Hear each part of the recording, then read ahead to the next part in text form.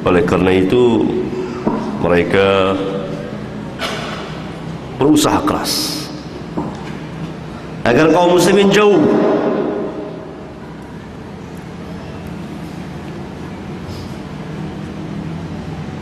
Maka para ulama, al-warathatul anbiya, waris para nabi dan rasul, pun bekerja dan berusaha dari zaman ke zaman, siang malam, menghabiskan umur mereka untuk membela pemahaman para sahabat ridwanullah alaihim jami'an. Karena Islam tidak dapat kita lihat Islam yang sebenarnya kecuali dengan pemahaman ini. Karena lihat apa kata Imam Abu Zur'ah, wa inna ma adda ilaina hadzal Qur'an was sunan ashabu Rasulullah sallallahu alaihi wasallam. Karena yang menyampaikan kepada kita ini, yang menyampaikan Al-Quran dan Sunan, bentuk jamak dari sunnah, dari sunnah Rasulullah SAW pada kita, yang menyampaikannya sahabat-sahabat Rasulullah SAW. Kalau mereka di mata kita telah tidak adil, telah tidak ada artinya, telah kita lecehkan, telah kita hina, telah kita rendahkan, maka dengan sendirinya kita akan merendahkan apa yang mereka sampaikan kepada kita, apa yang mereka bawa kepada kita.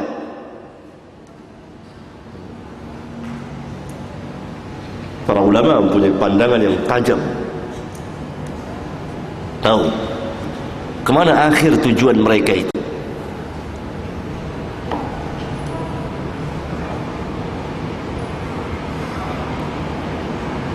Dan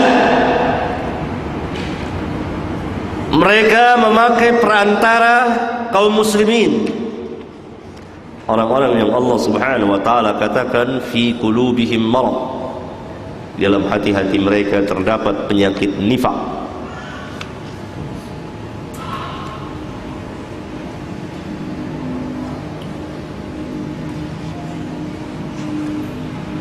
Sebagian lagi pura-pura masuk Islam, merusak Islam dari dalam.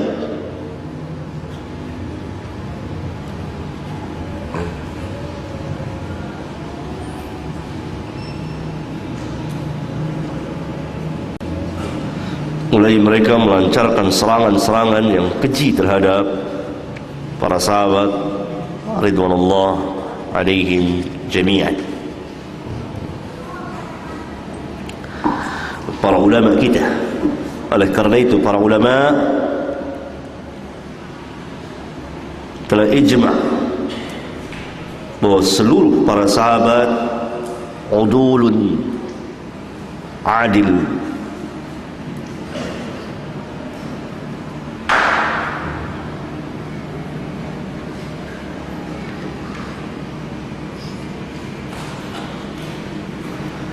di dalam agamanya dan ilmunya.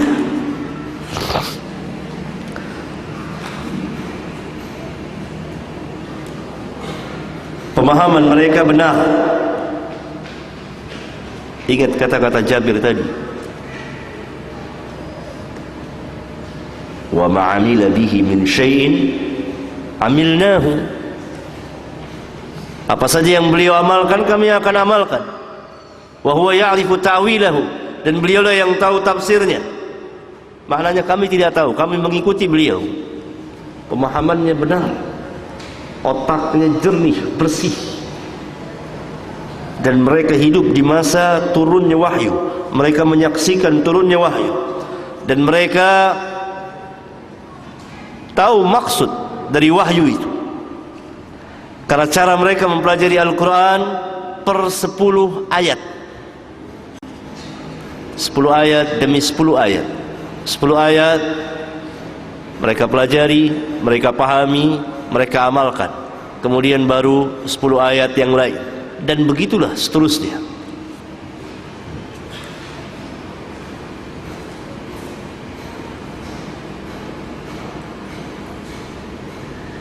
Dan mereka lah yang bisa atau dapat mewakili Islam kepada untuk menjelaskan kepada manusia, inilah Islam. Kalau mereka memberikan penjelasan, maka manusia akan tahu Islam itu seperti ini, Islam itu kayak apa, Islam itu bagaimana. Itu penjelasan dari mereka.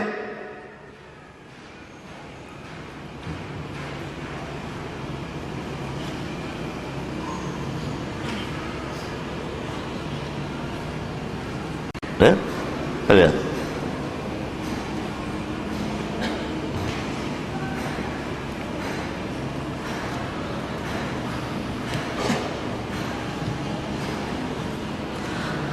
Dan mereka adalah orang-orang yang taslim, menyerah kepada putusan Allah dan Rasulnya.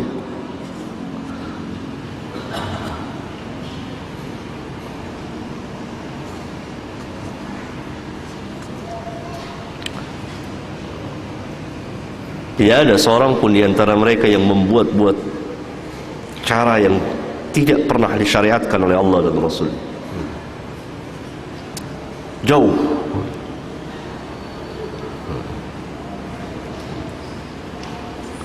Ya, ini pemahaman mereka tidak keluar dari Alkitab dan Sunnah.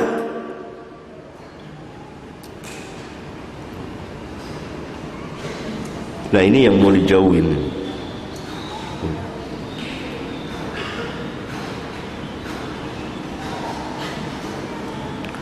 Oleh karena itu, pemahaman beliau terhadap Al-Quran dan Sunnah sangatlah lurus, berada di jalan Shiratal Mustaqim. Mereka tidak pernah seperti kita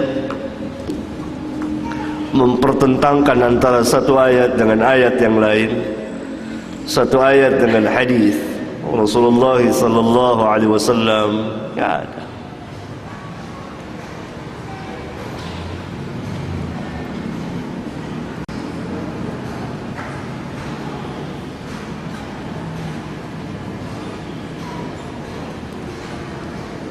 Ya.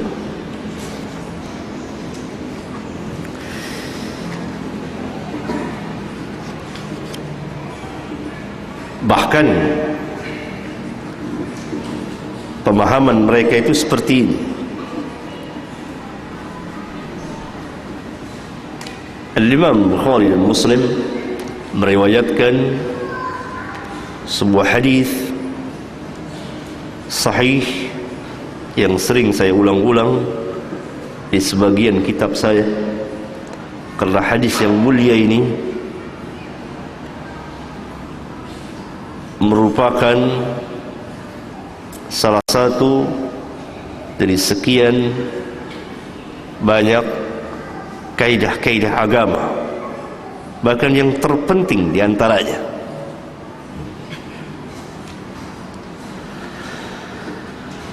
Berkata Abdullah bin Mas'ud radhiyallahu anhu, la'ana Allahul washimat wal mutashimat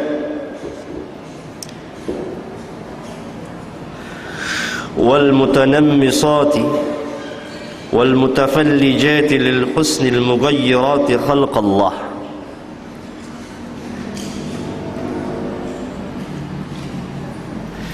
Allah melaknat orang-orang yang mentato dan minta ditato, dan wanita yang mencukur alisnya, dan yang mengkikir giginya untuk kecantikan, yang merubah-rubah ciptaan Allah.